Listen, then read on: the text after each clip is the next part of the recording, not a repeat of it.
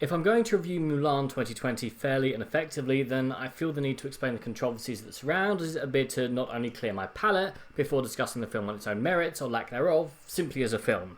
So, since there's no real way to quantify or weigh whether one controversy is more valid or bigger than another, I'm simply going to put them all down in no particular order and get through them in something of a rapid-fire fashion, since to go through them all in detail would take a week. First of all, there's the good old CCP censorship, which seriously is worthy of a video in its own right, but basically, if the censors don't like something in your film, then they'll either get out the scissors or just ban your film outright. And since they only allow through a set amount of corrupt capitalist films a year, a lot of big budget films are sponsored by Chinese companies and follow these rules by default. This has led Hollywood to change, films to be changed, vetoed, or worst of all, not even written, because why would you waste the time? A few things on the naughty list are, but by no means limited to, anything LGBTQIA, extramarital affairs, one-night stands, sexual freedom, time travel, unflattering depictions of China, featuring Brad Pitt, because he was in 7 Years in Tibet, Winnie the Pooh, depicting an inaccurate and stereotypical version of ancient Chinese culture, which is allegedly why Mushu was bitten the dust, and so much more. On the other hand, bending the knee to this extent is all that you need to do to get all that lovely renminbi. After all, the makers of this film have made it known that they went so far as to edit out a love scene.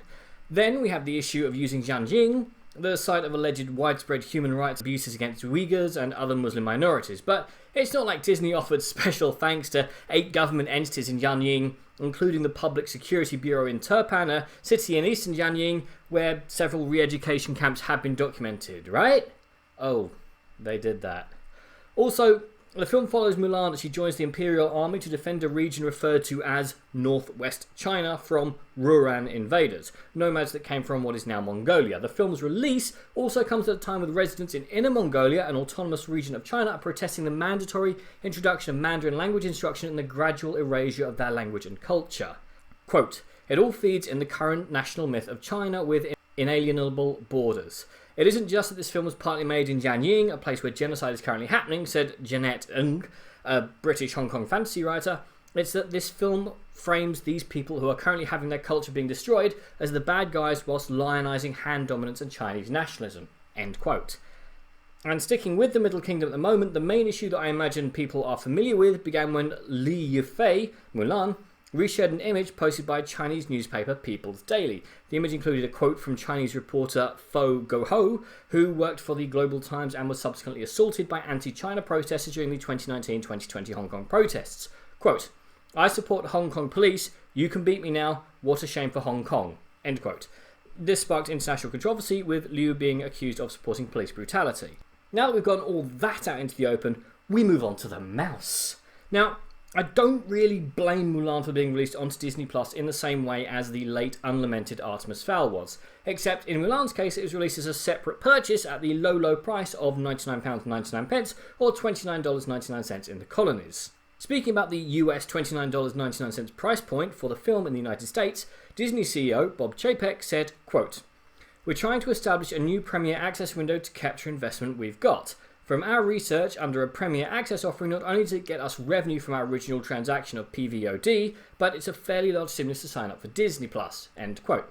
The premium fee will be approximately US $26 in other countries when considering conversion rates for their native currencies. Variety estimated the film would need to be rented by about 8.4 million subscribers, or 13.8% of their subscribers, in a bid to break even. However, unlike other premium VOD releases that feature a 48-hour viewing window, Mulan will remain available to renters as long as they stay subscribed to Disney+.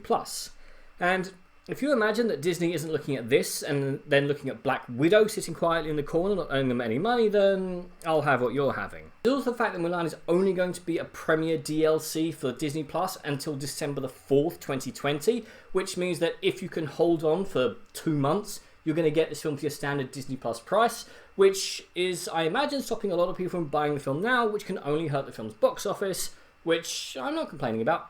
There's also the fact that on February 27, 2020, film producer Jason T. Reed said that Mulan's love interest, Captain Li Shang, was dropped in response to the Me Too movement.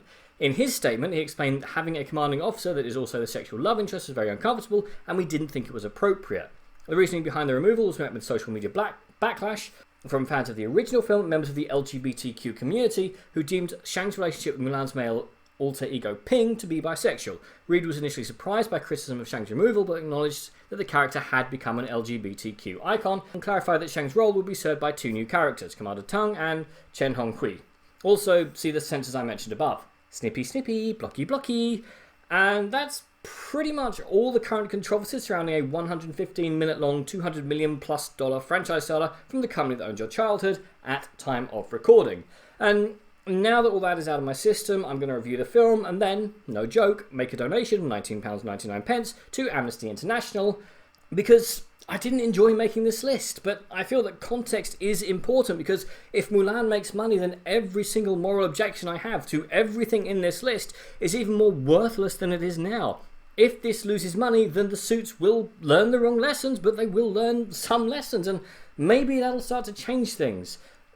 Don't expect to find out if this film is a flop though. Much like Artemis Fowl, Disney will use its subscription service as a smokescreen and at best release the number of times it was streamed.